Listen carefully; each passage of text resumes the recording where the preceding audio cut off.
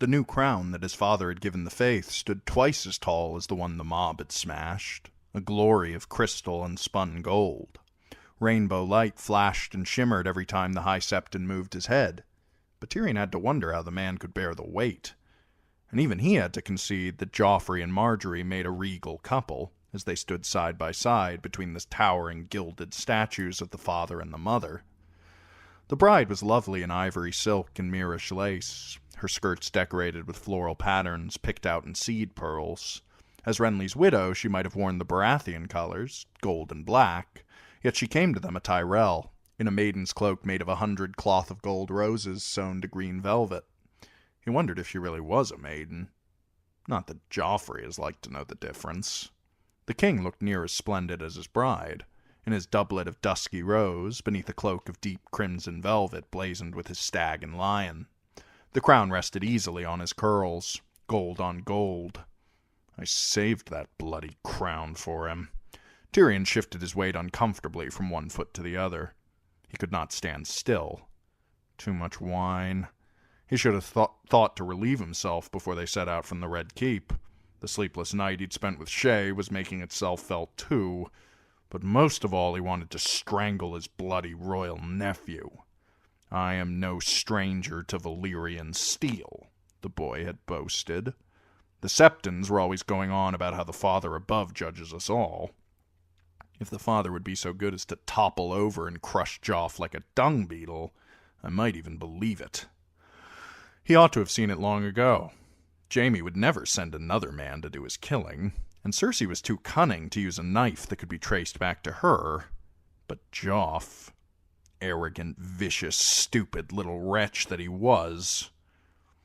He remembered a cold morning when he'd climbed down the steep exterior steps from Winterfell's library to find Prince Joffrey jesting with the Hound about killing wolves. Send a dog to kill a wolf, he'd said. Even Joffrey was not so foolish as to command Sandor Clegane to slay a son of Eddard Stark, however. The Hound would have gone to Cersei. Instead, the boy found his cat's paw among the unsavory lot of free riders, merchants, and camp followers who'd attached themselves to the king's party as they made their way north. Some poxy lackwit willing to risk his life for a prince's favor and a little coin. Tyrion wondered whose idea it had been to wait until Robert left Winterfell before opening Bran's throat. Joff's, most like. No doubt he thought it was the height of cunning. The prince's own dagger had a jeweled pommel and inlaid goldwork on the blade, Tyrion seemed to recall. At least Joff had not been stupid enough to use that. Instead, he went poking among his father's weapons. Robert Baratheon was a man of careless generosity, and would have given his son any dagger he wanted, but Tyrion guessed that the boy had just taken it. Robert had come to Winterfell with a long tail of knights and retainers, a huge wheelhouse, and a baggage train. No doubt some diligent servant had made certain that the king's weapons went with him, in case he should desire any of them. The blade Joff chose was nice and plain.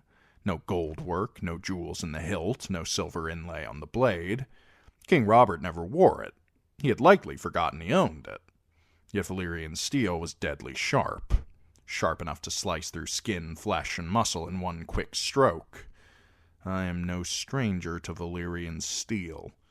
But he had been, hadn't he? Else he would never have been so foolish as to pick Littlefinger's knife. The why of it still eluded him. Simple cruelty, perhaps? His nephew had that in abundance. It was all Tyrion could do not to retch up all the wine he'd drunk, piss in his breeches, or both. He squirmed uncomfortably. He ought to have held his tongue at breakfast. The boy knows I know now. My big mouth will be the death of me, I swear it. The 7 vows were made, the 7 blessings invoked, and the 7 promises exchanged. When the wedding song had been sung and the challenge had gone unanswered, it was time for the exchange of cloaks. Tyrion shifted his weight from one stunted leg to the other, trying to see between his father and his Uncle Kevon. If the gods are just, Joff will make a hash of this. He made certain not to look at Sansa, lest his bitterness show in his eyes. You might have knelt, damn you. Would it have been so bloody hard to bend those stiff, stark knees of yours and let me keep a little dignity? Mace Tyrell removed his daughter's maiden cloak tenderly, while Joffrey accepted the folded bride's cloak from his brother Tommen and shook it out with a flourish. The boy king was as tall at 13 as his bride was at 16. He would not require a fool's back to climb upon. He draped Marjorie in the crimson and gold and leaned close to fasten it at her throat. And that easily she passed from her father's protection to her husband's. But who will protect her from Joff? Tyrion glanced at the Knight of Flowers, standing with the other Kingsguard. You had best keep your sword well honed, Sir Loras.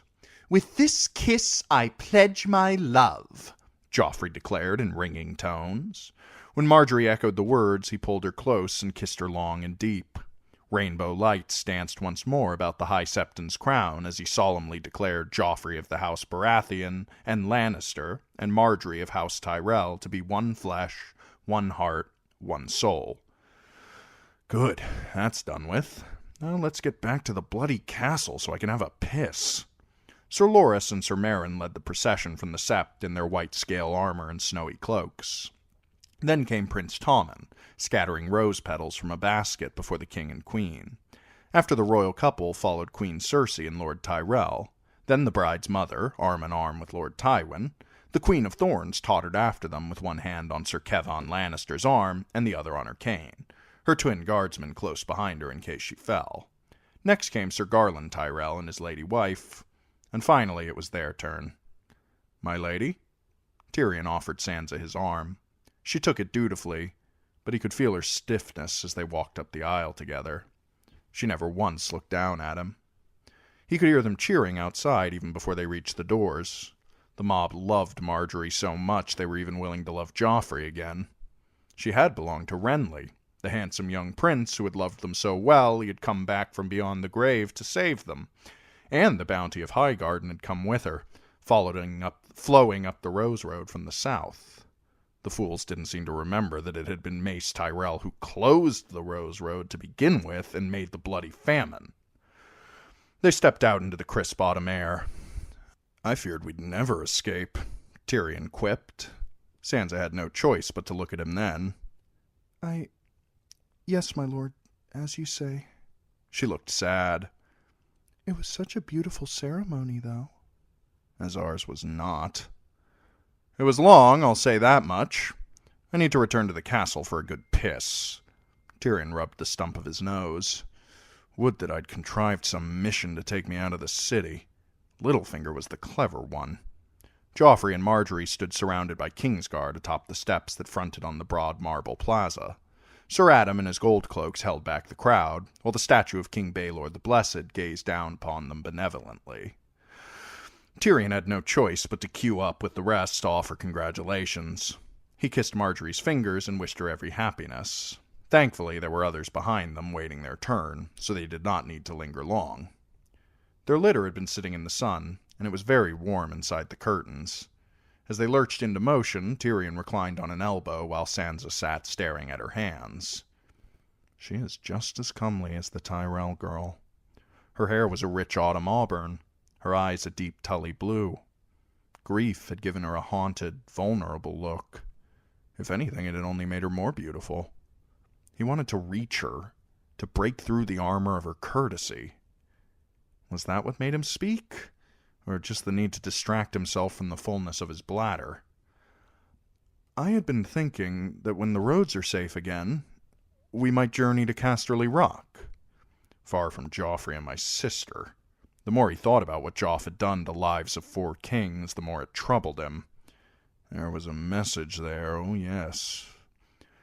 It would please me to show you the Golden Gallery in the Lion's Mouth, and the Hall of Heroes where Jaime and I played as boys. You can hear thunder from below where the sea comes in. She raised her head slowly. He knew what she was seeing. The swollen, brutish brow, the raw stump of his nose, his crooked pink scar and mismatched eyes. Her own eyes were big and blue and empty. I shall go wherever my lord husband wishes. I had hoped it might please you, my lady. It will please me to please my lord. His mouth tightened. What a pathetic little man you are. Did you think babbling about the lion's mouth would make her smile? When have you ever made a woman smile but with gold? No, it was a foolish notion. Only a Lannister can love the rock. Yes, my lord, as you wish. Tyrion could hear the commons shouting out King Joffrey's name. In 3 years, that cruel boy will be a man, ruling in his own right, and every dwarf with half his wits will be a long way from King's Landing. Old Town, perhaps, or even the Free Cities. He had always had a yen to see the Titan of Braavos. Perhaps that would please Sansa. Gently, he spoke of Braavos, and met a wall of sullen courtesy as icy and unyielding as the wall he had walked once in the north. It made him weary, then and now.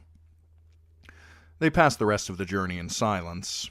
After a while, Tyrion found himself hoping that Sansa would say something, anything, the merest word, but she never spoke. When the litter halted in the castle yard, he let one of the grooms help her down. "We will be expected at the feast an hour hence, my lady. I will join you shortly." He walked off stiff-legged. Across the yard he could hear Marjorie's breathless laugh as Joffrey swept her from the saddle. "The boy will be as tall and strong as Jaime one day," he thought, "and I'll still be a dwarf beneath his feet. And one day he's like to make me even shorter." He found a privy and sighed gratefully as he relieved himself of the morning's wine. There were times when a piss felt near as good as a woman, and this was one. He wished he could relieve himself of his doubts and guilts half as easily. Podrick Payne was waiting outside his chambers. "I laid out your new doublet. Not here. On your bed. In the bedchamber." "Yes, that's where we keep the bed." Sansa would be in there, dressing for the feast. Shay as well. "Wine, Pod." Tyrion drank it in his window seat, brooding over the chaos of the kitchens below. The sun had not yet touched the top of the castle wall, but he could smell breads baking and meats roasting. The guests would soon be pouring into the throne room, full of anticipation. This would be an evening of song and splendor, designed not only to unite Highgarden and Casterly Rock, but to trumpet their power and wealth as a lesson to any who might still think to oppose Joffrey's rule. But who would be mad enough to contest Joffrey's rule now, after what had befallen Stannis Baratheon and Robb Stark? There was still fighting in the Riverlands, but everywhere the coils were tightening. Sir Gregor Clegane had crossed the Trident and seized the Ruby Ford, then captured Harrenhal almost effortlessly. Seaguard had yielded to Black Walder Frey. Lord Randall Tarley held Maidenpool, Duskendale, and the King's Road. In the west, Sir Davin Lannister had linked up with Sir Forley Prester at the Golden Tooth for a march on Riverrun. Sir Ryman Frey was leading 2,000 spears down from the Twins to join them, and Paxter Redwine claimed his fleet would soon set sail from the Arbor, to begin the long voyage around Dorne and through the Stepstones. Stannis' Lyseni pirates would be outnumbered 10-1. The struggle that the Maesters were calling the War of the Five Kings was all but at an end. Mace Tyrell had been heard complaining that Lord Tywin had left no victories for him. "My lord?" Pod was at his side. "Will you be changing? I laid out the doublet on your bed for the feast." "Feast?" said Tyrion sourly.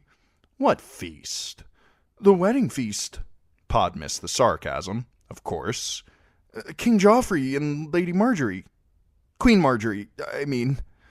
Tyrion resolved to get very, very drunk tonight.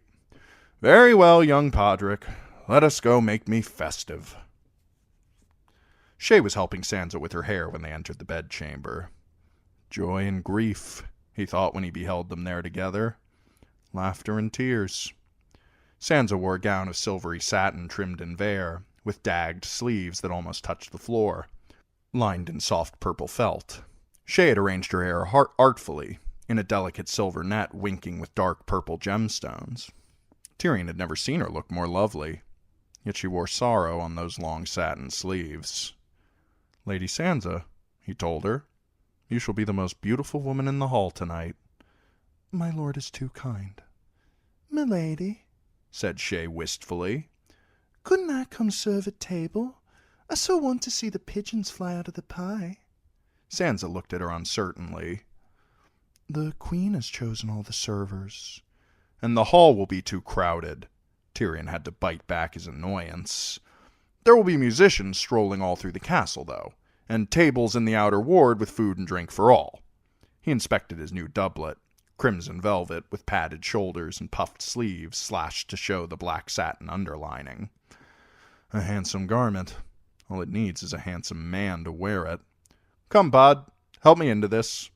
He had another cup of wine as he dressed, then took his wife by the arm and escorted her from the kitchen keep to join the river of silk, satin, and velvet flowing toward the throne room. Some guests had gone inside to find their places on the benches. Others were milling in front of the doors, enjoying the unseasonable warmth of the afternoon. Tyrion led Sansa around the yard to perform the necessary courtesies. She is good at this, he thought, as he watched her tell Lord Giles that his cough was sounding better, compliment Eleanor Tyrell on her gown, and question Jalabar Zoe about wedding customs in the Summer Isles. His cousin Sir Lancel had been brought down by Sir Kevon, the first time he'd left his sickbed since the battle. He looks ghastly. Lancel's hair had turned white and brittle, and he was thin as a stick. Without his father beside him holding him up, he would surely have collapsed. Yet when Sansa praised his valor and said how good it was to see him getting strong again, both Lancel and Sir Kevon beamed. She would have made Joffrey a good queen and a better wife if he'd had the sense to love her. He wondered if his nephew was capable of loving anyone. "You do look quite exquisite, child," Lady Olenna Tyrell told Sansa when she tottered up to them in a cloth of gold gown that must have weighed more than she did. "The wind has been at your hair, though." The little old woman reached up and fussed at the loose strands, tucking them back into place and straightening Sansa's hairnet. "I'm very sorry to hear about your losses," she said as she tugged and fiddled. "Your brother was a terrible traitor, I know. But if we start killing men at weddings, they'll be even more frightened of marriage than they are presently. There, that's better." Lady Olenna smiled. "I'm pleased to say I shall be leaving for Highgarden the day after next. I've had quite enough of this smelly city, thank you. Perhaps you'd like to accompany me for a little visit, whilst the men are off having their war? I shall miss my Marjorie so dreadfully, and all her lovely ladies. Your company would be such sweet solace." "You are too kind, my lady," said Sansa, "but my place is with my lord husband." Lady Olenna gave Tyrion a wrinkled, toothless smile. "Oh, forgive a silly old woman, my lord. I did not mean to steal your lovely wife. I assumed you would be off leading a Lannister host against some wicked foe." "A host of dragons and stags. The Master of Coin must remain at court to see that all the armies are paid for." "To be sure. Dragons and stags, that's very clever. And dwarfs' pennies as well. I've heard of these dwarfs' pennies. No doubt collecting those is such a dreadful chore." "I leave the collecting to others, my lady." "Oh, do you? I would have thought you might want to tend to it yourself. We can't have the crown being cheated of its dwarfs' pennies now, can we?" "Gods forbid." Tyrion was beginning to wonder whether Lord Luthor Tyrell had ridden off that cliff intentionally. "If you will excuse us, Lady Olenna, it is time we were in our places." "Myself as well. 77 courses, I dare say. Don't you find that a bit excessive, my lord? I shan't eat more than 3 or 4 bites myself, but you and I are very little, aren't we?" She patted Sansa's hair again and said, "Well, off with you, child, and try to be merrier. Now, where have my guardsmen gone? Left? Right? Where are you? Come help me to the dais." Although evenfall was still an hour away, the throne room was already a blaze of light, with torches burning in every sconce. The guests stood along the tables as heralds called out the names and titles of the lords and ladies making their entrance. Pages in royal livery escorted them down the broad central aisle. The gallery above was packed with musicians, drummers and pipers and fiddlers, strings and horns and skins. Tyrion clutched Sansa's arm and made the walk with a heavy, waddling stride. He could feel their eyes on him, picking at the fresh new scar that had left him even uglier than he had been before. Let them look, he thought as he hopped up onto his seat. Let them stare and whisper until they've had their fill. I will not hide myself for their sake. The Queen of Thorns followed them in, shuffling along with tiny little steps. Tyrion wondered which of them looked more absurd, him with Sansa or the wizened little woman between her 7-foot-tall twin guardsmen. Joffrey and Margaery rode into the throne room on matched white chargers. Pages ran before them, scattering rose petals under their hooves. The king and queen had changed for the feast as well. Joffrey wore striped black and crimson breeches and a cloth of gold doublet with black satin sleeves and onyx studs.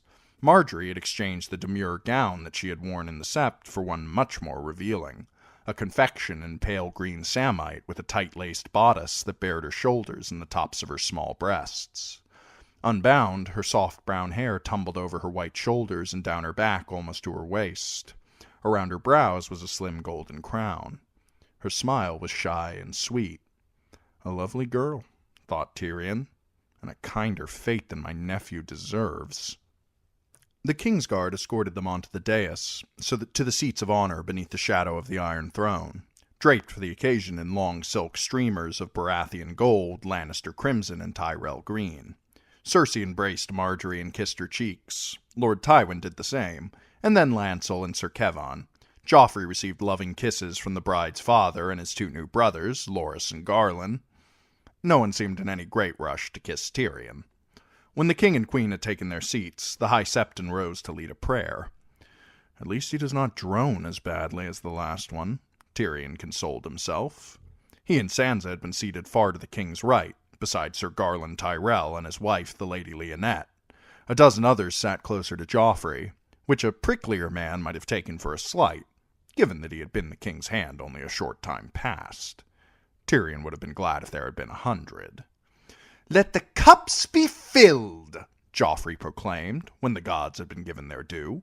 His cupbearer pulled a whole flagon of dark arbor red into the golden wedding chalice that Lord Tyrell had given him that morning. The king had to use both hands to lift it. "To my wife the queen!" "Margaery!" the hall shouted back at him. "Margaery! Margaery to the queen!" 1,000 cups rang together, and the wedding feast was well and truly begun. Tyrion Lannister drank with the rest, emptying his cup on that first toast and signaling for it to be refilled as soon as he was seated again. The first dish was a creamy soup of mushrooms and buttered snails, served in gilded bowls. Tyrion had scarcely touched the breakfast, and the wine had already gone to his head, so the food was welcome. He finished quickly. 1 done, 76 to come. 77 dishes, while there are still starving children in this city and men who would kill for a radish. They might not love the Tyrells half so well if they could see us now. Sansa tasted a spoonful of soup and pushed the bowl away. "Not to your liking, my lady?" Tyrion asked. "There's to be so much, my lord. I have a little tummy." She fiddled nervously with her hair and looked down to the table to where Joffrey sat with his Tyrell queen. Does she wish it were her in Margaery's place? Tyrion frowned. Even a child should have better sense. He turned away, wanting distraction. But everywhere he looked were women, fair, fine, beautiful, happy women who belonged to other men. Margaery, of course, smiling sweetly as she and Joffrey shared a drink from the great seven-sided wedding chalice. Her mother, Lady Allery, silver-haired and handsome, still proud beside Mace Tyrell. The Queen's 3 young cousins, bright as birds. Lord Merryweather's dark-haired Myrish wife with her big black sultry eyes. Ilaria Sand among the Dornishmen. Cersei had placed them at their own table, just below the dais, in a place of high honor, but as far from the Tyrells as the width of the hall would allow, laughing at something the Red Viper had told her. And there was one woman, sitting almost at the foot of the third table on the left, the wife of one of the Fossaways, he thought, and heavy with his child. Her delicate beauty was in no way diminished by her belly, nor was her pleasure in the food and frolics. Tyrion watched her as her husband fed her morsels off his plate. They drank from the same cup, and would kiss often and unpredictably. Whenever they did, his hand would gently rest upon her stomach, a tender and protective gesture. He wondered what Sansa would do if he leaned over and kissed her right now. Flinch away, most likely, or be brave and suffer through it, as was her duty. She is nothing if not dutiful, this wife of mine. If he told her that he wished to have her maidenhead tonight, she would suffer that dutifully as well, and weep no more than she had to. He called for more wine. By the time he got it, the second course was being served, a pastry coffin filled with pork, pine nuts, and eggs. Sansa ate no more than a bite of hers, as the heralds were summoning the first of the 7 singers. Gray-bearded Hamish the harper announced that he would perform "For the ears of gods and men, a song ne'er heard before in all the 7 kingdoms." He called it Lord Renly's Ride. His fingers moved across the strings of the high harp, filling the room with sweet sound. "From his throne of bones the Lord of Death looked down on the murdered lord," Hamish began, and went on to tell how Renly, repenting his attempt to usurp his nephew's crown, had defied the Lord of Death himself and crossed back to the land of the living to defend the realm against his brother. "And for this poor Simon wound up in a bowl of brown," Tyrion mused. Queen Marjorie was teary-eyed by the end, when the shade of brave Lord Renly flew to Highgarden to steal one last look at his true love's face. "Renly Baratheon never repented of anything in his life," the imp told Sansa. "But if I'm any judge, Hamish just won himself a gilded lute." The harper also gave them several more familiar songs. A Rose of Gold was for the Tyrells, no doubt, as The Reigns of Castamere was meant to flatter his father. Maiden, Mother, and Crone delighted the High Septon, and My Lady Wife pleased all the little girls with romance in their hearts, and no doubt some little boys as well. Tyrion listened with half an ear as he sampled sweet corn fritters and hot oat bread baked with bits of date, apple, and orange, and gnawed on the rib of a wild boar. Thereafter, dishes and diversions succeeded one another in a staggering profusion, buoyed along upon a flood of wine and ale. Hamish left them, his place taken by a smallish, elderly bear who danced clumsily to pipe and drum while the wedding guests ate trout cooked in a crust of crushed almonds. Moonboy mounted his stilts and strode around the tables in pursuit of Lord Tyrell's ludicrously fat fool butterbumps, and the lords and ladies sampled roast herons and cheese and onion pies. A troupe of Pentoshi tumblers performed cartwheels and handstands, balanced platters on their bare feet, and stood upon each other's shoulders to form a pyramid. Their feats were accompanied by crabs boiled in fiery eastern spices, trenchers filled with chunks of chopped mutton stewed in almond milk with carrots, raisins, and onions, and fish tarts fresh from the ovens, served so hot they burned the fingers. Then the herald summoned another singer, Collio Quenis of Tyrosh, who had a vermilion beard and an accent as ludicrous as Simon had promised.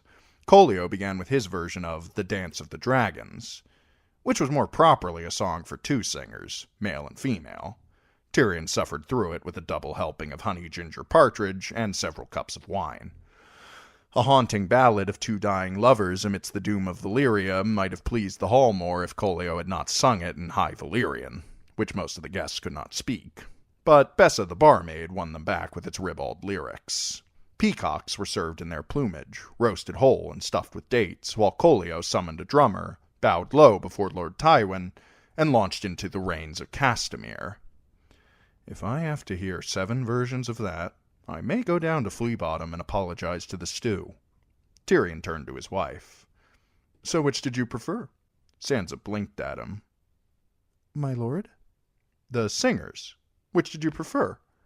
I'm sorry, my lord. I was not listening." She was not eating, either. "Sansa, is aught amiss?" He spoke without thinking, and instantly felt the fool. All her kin are slaughtered, and she's wed to me, and I wonder what's amiss. "No, my lord." She looked away from him, and feigned an unconvincing interest in Moonboy pelting Sir Dantos with dates. 4 master pyromancers conjured up beasts of living flame to tear at each other with fiery claws, whilst the serving men ladled out bowls of blandisauri, a mixture of beef broth and boiled wine, sweetened with honey and dotted with blanched almonds and chunks of capon. Then came some strolling pipers and clever dogs and sword swallowers, with buttered peas, chopped nuts, and slivers of swan poached in a sauce of saffron and peaches. "Not swan again," Tyrion muttered, remembering his supper with his sister on the eve of battle. A juggler kept a half-dozen swords and axes whirling through the air as skewers of blood sausage were brought sizzling to the tables. A juxtaposition that Tyrion thought passing clever, though not perhaps in the best of tastes. The heralds blew their trumpets. "To sing for the golden lute," one cried, we give you Galleon of Quee. Galleon was a big barrel-chested man with a black beard, a bald head, and a thunderous voice that filled every corner of the throne room. He brought no fewer than 6 musicians to play for him. Noble lords and ladies fair, I sing but one song for you this night, he announced. It is the song of the Blackwater, and how a realm was saved. The drummer began a slow, ominous beat. The Dark Lord brooded high in his tower, Galleon began, in a castle as black as the night. Black was his hair and black was his soul, the musicians chanted in unison. A flute came in. He feasted on bloodlust and envy, and filled his cup full up with spite, sang Galleon. My brother once ruled 7 kingdoms, he said to his harridan wife, I'll take what was his and make it all mine, let his son feel the point of my knife. A brave young boy with hair of gold, his players chanted, as a wood harp and fiddle began to play. If I am ever hanged again, the first thing I'll do is hang all the singers, said Tyrion, too loudly. Lady Leonette laughed lightly beside him, and Sir Garland leaned over to say, A valiant deed unsung is no less valiant. The Dark Lord assembled his legions. They gathered around him like crows, and thirsty for blood they boarded their ships and cut off poor Tyrion's nose, Tyrion finished. Lady Leonette giggled. Perhaps you should be a singer, my lord. You rhyme as well as this Galleon. No, my lady, Sir Garland said. My Lord of Lannister was made to do great deeds, not to sing of them. But for his chain and his wildfire, the foe would have been across the river. And if Tyrion's wildlings had not slain most of Lord Stannis' scouts, we never would have been able to take him unawares. His words made Tyrion feel absurdly grateful, and helped to mollify him as Galleon sang endless verses about the valor of the boy king and his mother, the Golden Queen. She never did that, Sansa blurted out suddenly. Never believe anything you hear in a song, my lady. Tyrion summoned a serving man to refill their wine cups. Soon it was full night outside the tall windows, and still Galleon sang on. His song had 77 verses, though it seemed more like 1,000. One for every guest in the hall. Tyrion drank his way through the last 20 or so, to help resist the urge to stuff mushrooms in his ears. By the time the singer had taken his bows, some of the guests were drunk enough to begin providing unintentional entertainments of their own. Grand Maester Pycelle fell asleep while dancers from the Summer Isles swirled and spun in robes made of bright feathers and smoky silk. Roundels of elk stuffed with ripe blue cheese were being brought out when one of Lord Rowan's knights stabbed a Dornishman. The Goldcloaks dragged them both away, one to a cell to rot, and the other to get sewn up by Maester Balabar. Tyrion was toying with a lech of brawn, spiced with cinnamon, cloves, sugar, and almond milk, when King Joffrey lurched suddenly to his feet. Bring on my royal jousters, he shouted in a voice thick with wine, clapping his hands together. My nephew is drunker than I am, Tyrion thought as the Goldcloaks opened the great doors at the end of the hall. From where he sat, he could only see the tops of 2 striped lances as a pair of riders entered side by side. A wave of laughter followed them down the center aisle toward the king. They must be riding ponies, he concluded, until they came into full view. The jousters were a pair of dwarfs. One was mounted on an ugly gray dog, long of leg and heavy of jaw. The other rode an immense spotted sow. Painted wooden armor clattered and clacked as the little knights bounced up and down in their saddles. Their shields were bigger than they were, and they wrestled manfully with their lances as they clomped along, swaying this way and that and eliciting gusts of mirth. One knight was all in gold, with a black stag painted on his shield. The other wore gray and white and bore a wolf device. Their mounts were barded likewise. Tyrion glanced along the dais at all the laughing faces. Joffrey was red and breathless, Tommen was hooting and hopping up and down in his seat, Cersei was chuckling politely, and even Lord Tywin looked mildly amused. Of all those at the high table, only Sansa Stark was not smiling. He could have loved her for that, but if truth be told, the Stark girl's eyes were far away, as if she had not even seen the ludicrous riders loping toward her. The dwarfs are not to blame, Tyrion decided. When they are done, I shall compliment them and give them a fat purse of silver. And come the morrow, I will find whoever planned this little diversion and arrange for a different sort of thanks. When the dwarfs reined up beneath the dais to salute the king, the wolf knight dropped his shield. As he leaned over to grab it, the stag knight lost control of his heavy lance and slammed him across the back. The wolf knight fell off his pig, and his lance tumbled over and bonked his foe on the head. They both wound up on the floor in a great tangle. When they rose, both tried to mount the dog. Much shoving and shouting followed. Finally, they regained their saddles, only mounted on each other's steed, holding the wrong shield and facing backward. It took some time to sort that out, but in the end, they spurred to opposite ends of the hall and wheeled about for the tilt. As the lords and ladies guffawed and giggled, the little men came together with a crash and a clatter, and the wolf knight's lance struck the helm of the stag knight and knocked his head clean off. It spun through the air, spattering blood, to land in the lap of Lord Giles. The headless dwarf careened around the tables, flailing his arms. Dogs barked, women shrieked, and Moonboy made a great show of swaying perilously back and forth on his stilts, until Lord Giles pulled a dripping red melon out of the shattered helm, at which point the stag knight poked his face up out of his armor, and another storm of laughter rocked the hall. The knights waited for it to die, circled each other, trading colorful insults, and were about to separate for another joust when the dog threw its rider to the floor and mounted the sow. The huge pig squealed in distress, while the wedding guests squealed with laughter, especially when the stag knight leapt onto the wolf knight, let down his wooden breeches, and started to pump away frantically at the other's nether portions. I yield! I yield!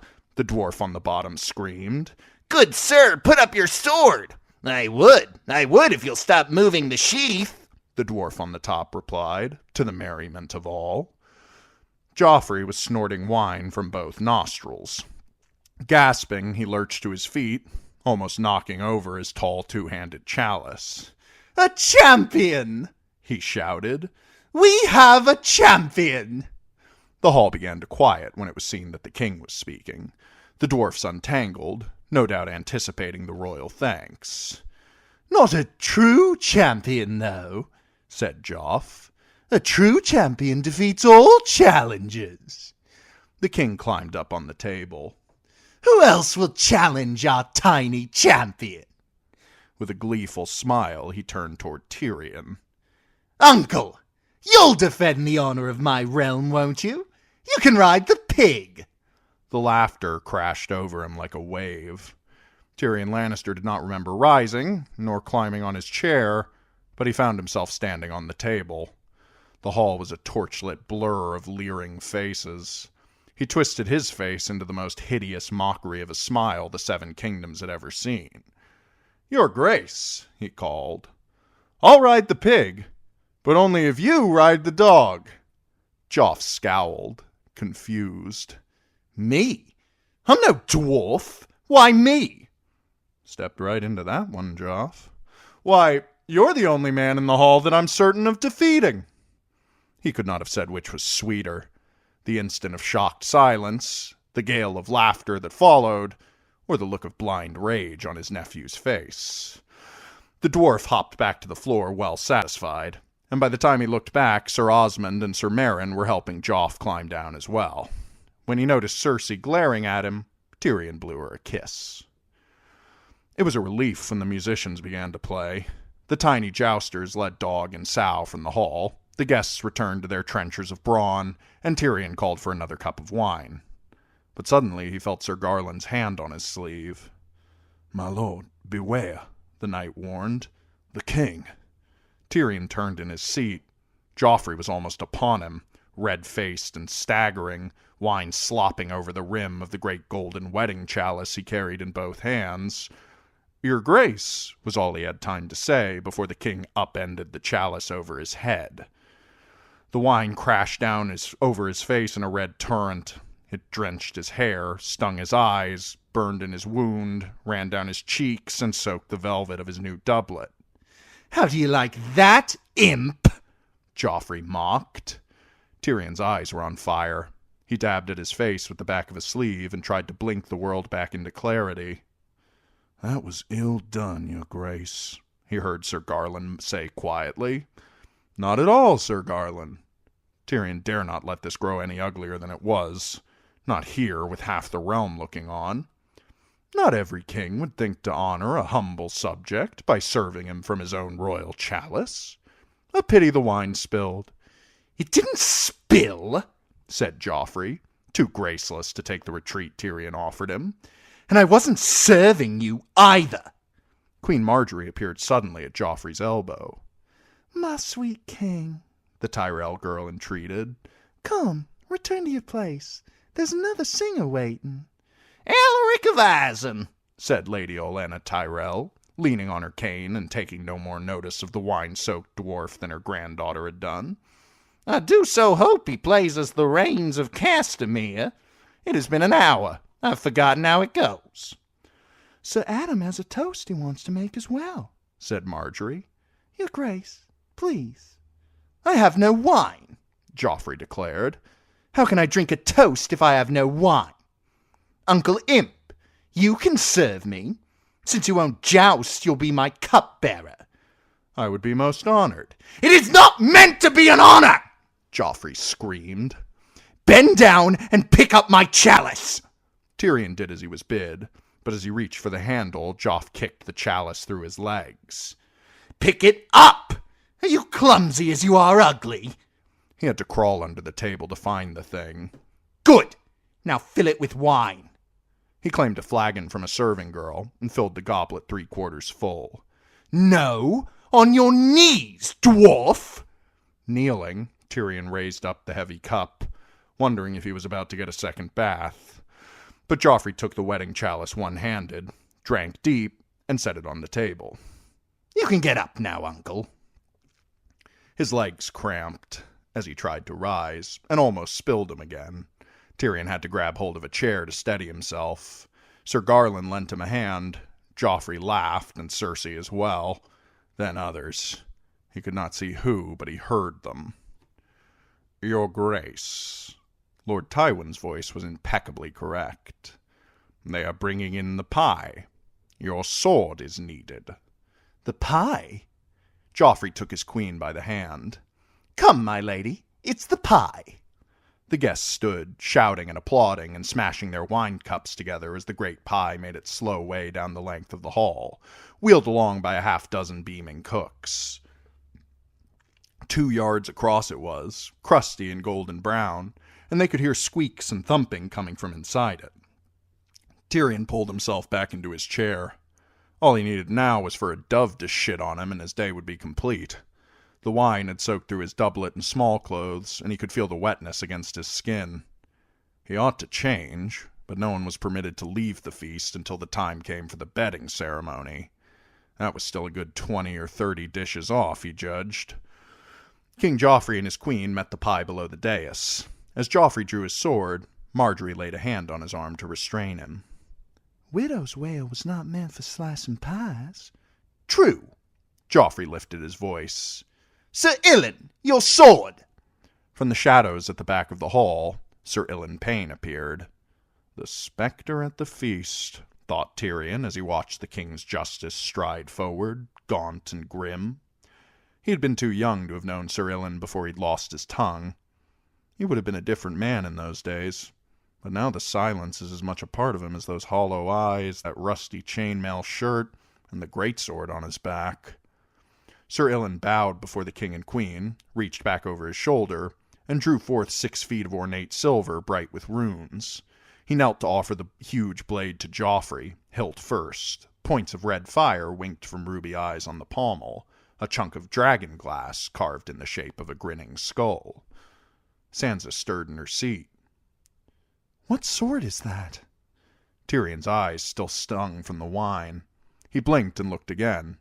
Sir Ilan's greatsword was as long and wide as ice, but it was too silvery bright. Valyrian steel had a darkness to it, a smokiness in its soul. Sansa clutched his arm. "What has Sir Ilan done with my father's sword?" "I should have sent ice back to Robb Stark," Tyrion thought. He glanced at his father, but Lord Tywin was watching the king. Joffrey and Margaery joined hands to lift the greatsword and swung it down together in a silvery arc. When the pie crust broke, the doves burst forth in a swirl of white feathers, scattering in every direction, flapping for the windows and the rafters. A roar of delight went up from the benches, and the fiddlers and pipers in the gallery began to play a sprightly tune. Joff took his bride in his arms and whirled her around merrily. A serving man placed a slice of hot pigeon pie in front of Tyrion and covered it with a spoon of lemon cream. The pigeons were well and truly cooked in this pie, but he found them no more appetizing than the white ones fluttering about the hall. Sansa was not eating either. "You're deathly pale, my lady," Tyrion said. "You need a breath of cool air, and I need a fresh doublet." He stood and offered her his hand. "Come." But before they could make their retreat, Joffrey was back. "Uncle, where are you going? You're my cupbearer, remember?" "I need to change into fresh garb, your grace. May I have your leave?" "No. I like the look of you this way. Serve me my wine." The king's chalice was on the table where he'd left it. Tyrion had to climb back onto his chair to reach it. Joff yanked it from his hands and drank long and deep, his throat working as the wine ran purple down his chin. "My lord," Margaery said, "we should return to our places. Lord Buckler wants to toast us." "My uncle hasn't eaten his pigeon pie." Holding the chalice one-handed, Joff jammed his other into Tyrion's pie.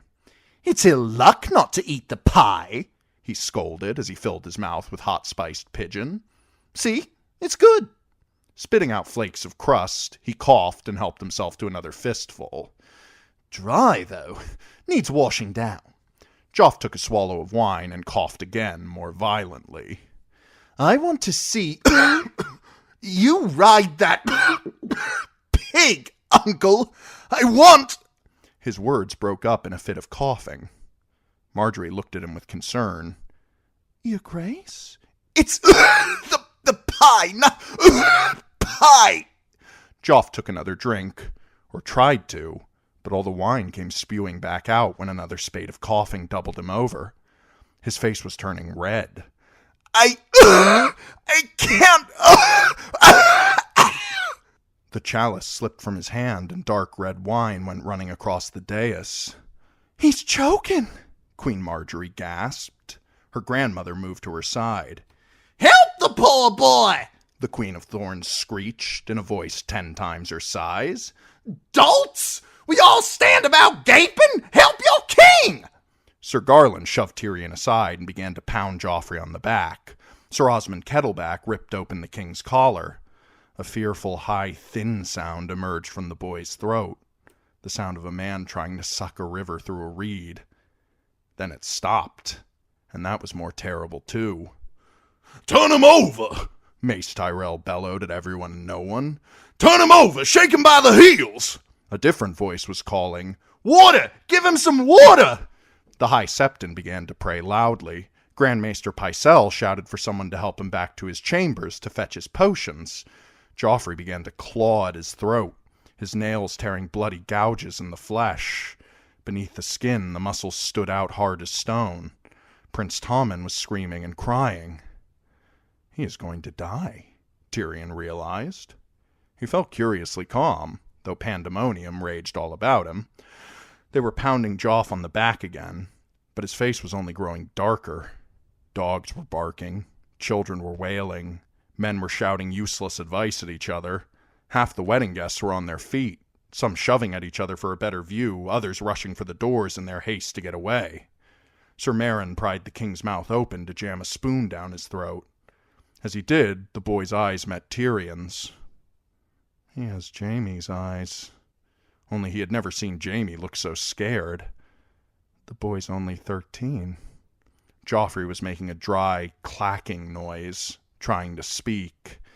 His eyes bulged with bulged white with terror, and he lifted a hand, reaching for his uncle, or pointing. Is he begging my forgiveness, or does he think I can save him? No! Cersei wailed. Father, help him! Someone help him! My son! My son! Tyrion found himself thinking of Robb Stark. My own wedding is looking much better in hindsight. He looked to see how Sansa was taking this, but there was so much confusion in the hall that he could not find her. But his eyes fell on the wedding chalice, forgotten on the floor. He went and scooped it up. There was still a half-inch of deep purple wine in the bottom of it. Tyrion considered it a moment, then poured it on the floor. Marjorie Tyrell was weeping in her grandmother's arms as the old lady said, "Be brave, be brave." Most of the musicians had fled, but one last flutist in the gallery was blowing a dirge. In the rear of the throne room, scuffling had broken out around the doors, and the guests were trampling on each other. Sir Adam's Goldcloaks moved in to restore order. Guests were rushing headlong out into the night, some weeping, some stumbling and retching, others white with fear. It occurred to Tyrion belatedly that it might be wise to leave himself. When he heard Cersei's scream, he knew it was over. I should leave. Now. Instead, he waddled toward her. His sister sat in a puddle of wine, cradling her son's body.